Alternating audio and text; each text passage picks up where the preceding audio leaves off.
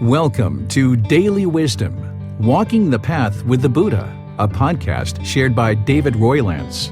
This podcast is dedicated to guiding you to completely eliminate the discontent mind and the suffering it causes by attaining enlightenment. Learn and practice the teachings of Gotama Buddha that will guide you to fully attain a peaceful, calm, serene, and content mind with joy. To support this podcast, visit patreon.com/support Buddha or visit buddhadailywisdom.com, where you will discover a full range of courses, retreats, and online learning resources to assist you on the path to enlightenment. Now, here's our teacher to share more.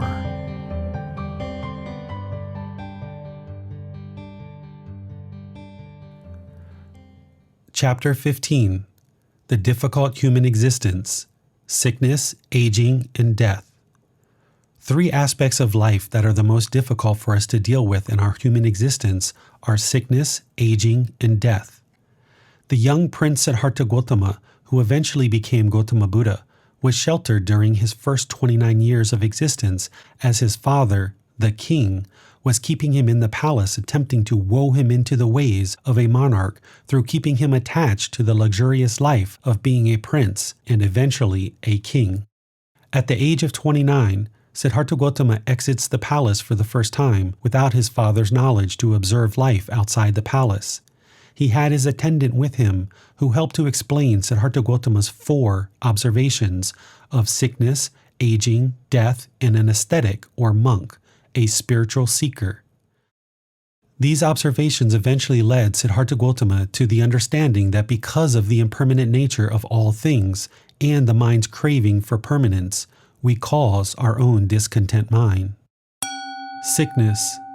The health of our physical body is important, and we should maintain our health through a proper food supply and other prudent activities.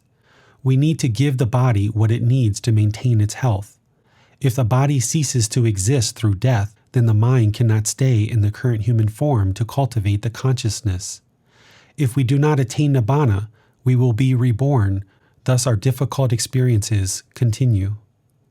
Sickness is a major challenge in our human existence. Oftentimes, when we are sick, we might moan or groan about our illness. Our normal activities might cease, and thus our attachment to be active and to the physical body causes the mind to be discontent. It is important that we seek help for our sickness, but in doing so, understand that sickness is part of the human existence. We cannot escape this as part of our human condition. The body is impermanent, and we will not always be healthy. If we are human, we will be sick.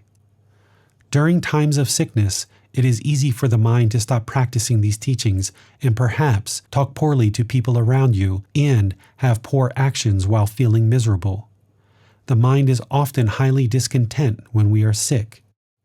Be sure you continue to practice the teaching shared in this book, which includes right intention, right speech, and right action, along with all the other teachings.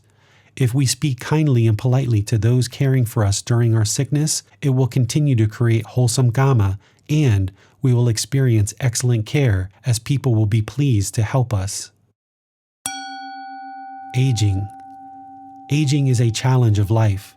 As we age, our youthful appearance fades, and if we are attached to our youthful appearance, we may take drastic steps to continue looking youthful that can cause discontentedness. By attaching to our youthful appearance, we may opt for costly medical procedures or go down the path of extreme efforts to maintain our youth. This would require extensive effort, all to please the mind that craves a youthful appearance, rather than accepting that we all age. It is a normal part of life and the human existence. Aging brings challenges with the physical body that we all experience. We experience aches, pains, and difficulties that we did not have during our more youthful days. We need to accept this as part of the human existence while recognizing it is impermanent. We will not always look the same as the body ages. If you are attached to your youthful appearance and constantly crave youthfulness, the mind will be discontent. Death. Death is one of the biggest challenges for humans to accept and understand. accepting our death and the death of those close to us can be extremely challenging. There are major attachments to our friends and family unless you have learned to love without attachment. Upon the death of our friends and family, or our own death, it's the end of our time together in this existence without any chance to ever again resolve any undiscussed concerns or dilemmas. Death can be a time of grave and deep discontentedness or despair due to the burden of significant attachment and the sometimes abrupt elimination of that attachment rather than a gradual letting go. Even with gradual death, it can often be a challenge to accept and deal with as humans. A friend or family member's death does not need to be taken as a tragic loss. Through understanding and practicing these teachings, you can accept death as a natural and normal occurrence that will happen because we are human and we must die. The human condition means we were born and thus we will experience sickness, aging, and death. It is our attachment to these events, people, and relationships that cause us discontentedness and suffering. The mind craves for permanent health, youthfulness, and for those close to us to be with us permanently. Death does not need to involve sadness, grief, and remorse. These are feelings produced due to attachment and the mind being discontent. If there is love without attachment, you can experience death of those close to you without sadness, grief, nor remorse. You can have gratitude for the time you spent together. Gotama Buddha explained to us that there is only one reason why we die, and it's because we were born. Because there is birth, there is sickness, aging, and ultimately death. This is the human condition, and Gotama Buddha's teachings help us to eliminate all three of these by escaping the cycle of rebirth.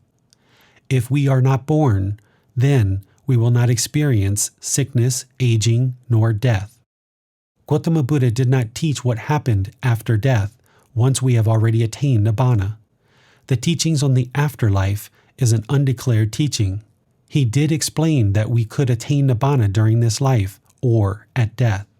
He left the teaching undeclared of what transpires once one attains Nibbana and then dies, because knowing the answer to this question does not change or affect our ability to attain Nibbana in this life, in this human state.